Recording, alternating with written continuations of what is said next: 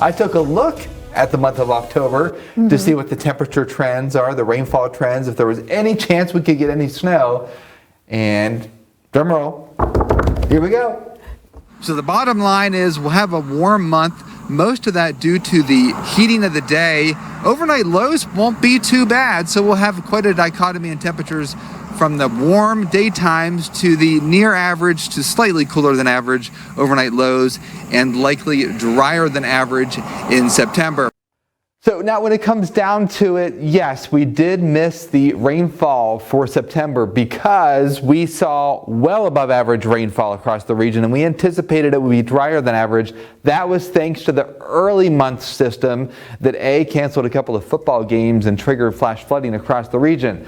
But when it comes down to it with the temperatures, we did see a very warm stretch of weather the first week in September and a couple of warm days since then, and we've had some cool nights as well. 7 days below average, 3 near average, and 16 days above that mark. Now, as we transition to the month of October, here are some of the teleconnection patterns that we have identified. The Pacific North America pattern is expected to be in a positive phase. And then to a lesser degree, 2 other teleconnection patterns that we are following include the North Atlantic Oscillation, which is expected to be in a warm or positive phase, and the East Pacific Oscillation, also in a positive phase. So when we look at the temperature trends in a positive PNA in October, we do see a signal for above average temperatures, especially across the northern plains, much of the plains, and also into the Appalachians. So we do anticipate we will have some warm days coming up in October.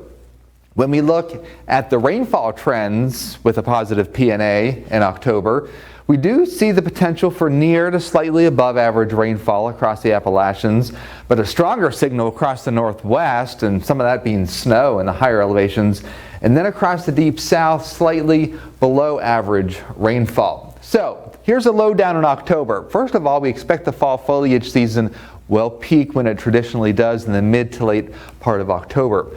We have a very warm start, like an Indian summer start, mid-month cool blast, warm again, and then chilly at the end of the month in time for Halloween.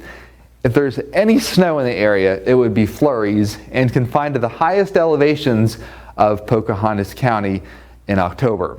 Now, when it comes down to rainfall assessment, when we break it down by the region, 20% risk of above average rain along the Greenbrier Valley and the highest ridges separating West Virginia from Virginia, and likely near average rainfall across much of the Route 19 corridor. So we don't anticipate we're going to have any flooding issues, and we also don't see a very dry October. So overall, not bad as we move into the second month of meteorological fall. Chief Meteorologist Chad Merrill for Newswatch.